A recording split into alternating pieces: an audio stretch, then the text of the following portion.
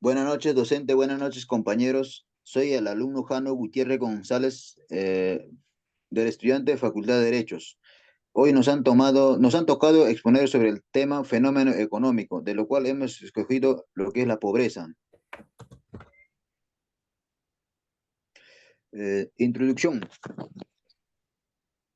La pobreza es la falta de recursos para la supervivencia como la alimentación, vivienda, asistencia sanitaria, educación formal. Es la condición socioeconómica en la que escasean los recursos de las herramientas necesarias para adquirirlas, en consecuencia de una serie de condiciones históricas, sociales y culturales a lo largo del año que aquejan a la sociedad de diferentes formas, desempleo, bajos ingresos, marginación y exclusión social.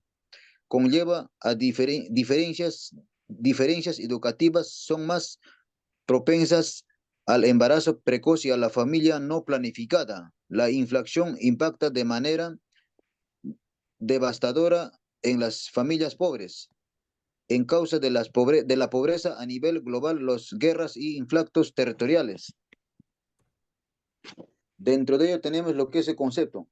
La pobreza es la condición en la cual uno o más personas tienen un nivel de bienestar bajo. Estas personas tienen una incapacidad para satisfacer sus necesidades básicas de alimentación.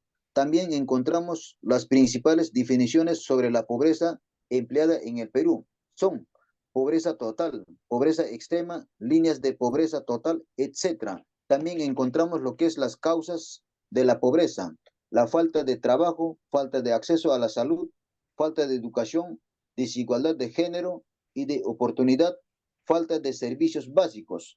Bueno, gracias y doy pase a mi siguiente compañero. Gracias, compañero. Soy el alumno John Germán Meléndez Vergara de la Facultad de Derecho. Características de la pobreza en el Perú. La pobreza en el Perú es un problema de larga data.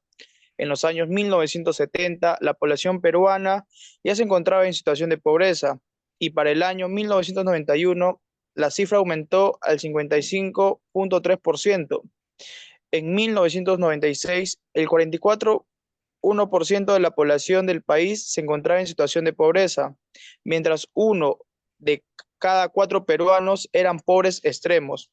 La pobreza extrema es un fenómeno rural. El 70% de los pobres extremos radican en las áreas rurales, siendo la sierra y la selva con más áreas. Enfoque de la medición de la pobreza.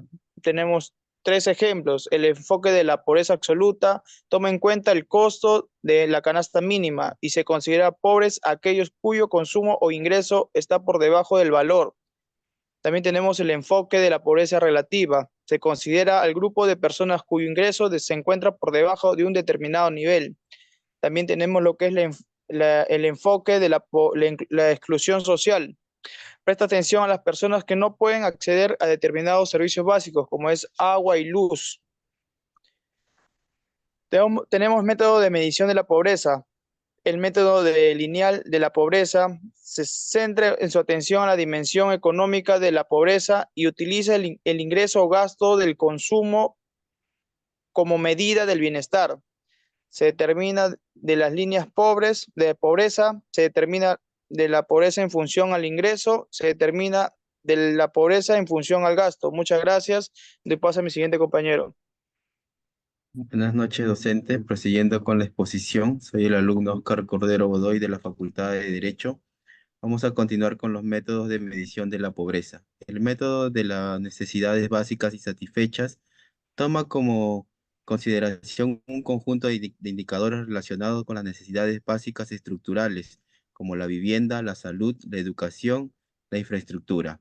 Las viviendas con características físicas inadecuadas, las viviendas sin servicios higiénicos, hogares con niños menores que no asistan a las escuelas, hogares donde el jefe de familia tenga primaria incompleta y los ingresos salariales sean menores, ¿no?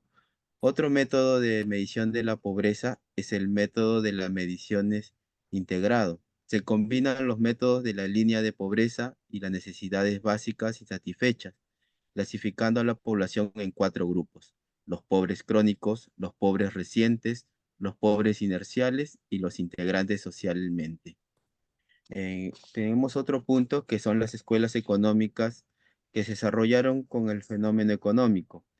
La pobreza posee un distintivo rasgo de clase para Smith. Los pobres son aquellos que pueden sostenerse por su trabajo asalariado, pero un trabajador es rico o pobre, está bien o está mal, en proporción al precio real de su labor. Y este precio está relacionado con la cantidad de bienes que pueda comprar. Las personas más pobres son aquellas que apenas pueden proporcionarse las necesidades básicas para subsistir. No obstante, ellos no son vistos como seres inferiores al respecto a aquellos que puedan poseer mucho más.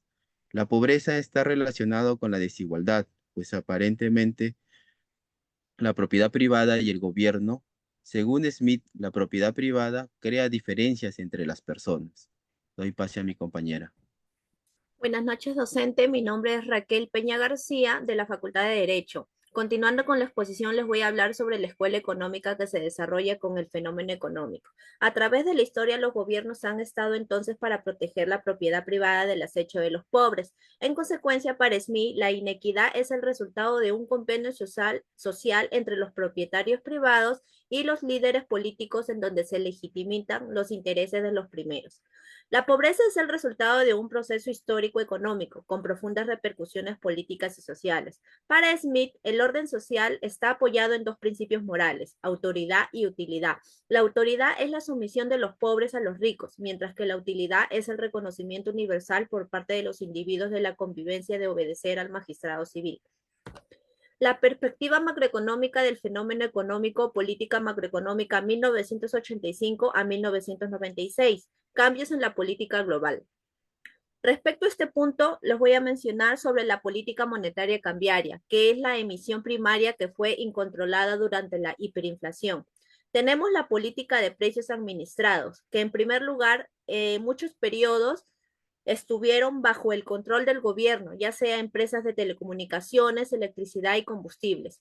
Respecto a la política fiscal, es el gasto público que sufrió menos oscilaciones en el segundo periodo. Cuando la tasa de inflación estaba ya controlada, la agricultura perdió prioridad por favorecer la inversión en energía y minas y en transportes y en comunicaciones.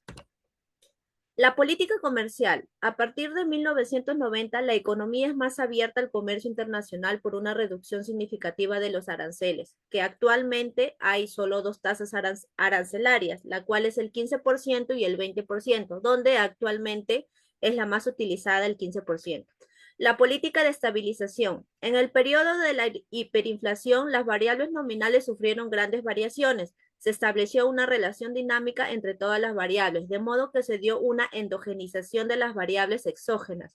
Con esta medida, las variables exógenas fueron rescatadas y utilizadas para poder consolidar el control de la inflación. Las reformas estructurales. Durante el periodo de Fujimori se dio la liberalización del mercado de capitales y de la creación del sistema privado de pensiones. Las medidas más importantes desde el punto de vista de la distribución de ingresos son la flexibilización de las relaciones laborales y la privatización de las empresas públicas. Le doy pase a mi compañera. Gracias. Muy buenas noches, docente. Mi nombre es Fátima Hernández Palomino, estudiante de la carrera de Derecho. Yo voy a hablar sobre el desempeño macroeconómico. Voy a dar 4 puntos importantes. El Perú enfrentó una severa recesión en el año 1983. Los 2 años siguientes estuvieron marcados por políticas dirigidas a salir de esta situación. En los 2 primeros años de García, en el año 1986 y 1987, la economía experimentó una significativa expansión en el PBI. Le siguieron 5 años de contracción económica, 3 fueron de recesión severa con hiperinflación en el año 1989 y 1990. En el año 1992, abril, Fujimori dio autogolpe y convocó a elecciones para un Congreso Constituyente que redactará una nueva constitución en septiembre en el año de 1993. Fue capturado el líder del Sendero Luminoso, Abimael Guzmán, con lo que la violación política disminuyó significativamente. Perspectiva microeconómico del fenómeno económico. La pobreza está determinada porque los ingresos de los pobres son bajos y altamente volátiles. La pobreza depende de las restricciones externas que los pobres enfrentan en algunos mercados en los que participan: acceso a seguros, pensiones de vejez e invalidez, vacunas, agua y desagüe. Para combatir la pobreza se debe actuar tratando de modular las decisiones de los pobres a través de difusión de información y de mecanismos prestados de la economía del comportamiento para evitar la procrastinación e inducir a buenas decisiones en la salud, nutrición, educación, aseguramiento, pensión, etc. Conclusión. El desarrollo sostenible es clave para combatir la pobreza. Se enfoca en mejorar la calidad de vida sin perjudicar el medio ambiente. Esto se logra mediante el establecimiento de sistemas de salud social, inversión en infraestructura, el fomento de la inversión privada y el fomento de la producción agrícola. Estas iniciativas ayudarán a mejorar la calidad de vida de las personas y disminuir la pobreza. Hay varias formas de enfrentar la pobreza: proporcionando educación, desarrollando servicios sanitarios, sociales, aumentar salarios y crear oportunidades. Muchas gracias, docente. Hasta aquí termina nuestra exposición. Muy buenas noches. Buenas noches, docente. Buenas noches.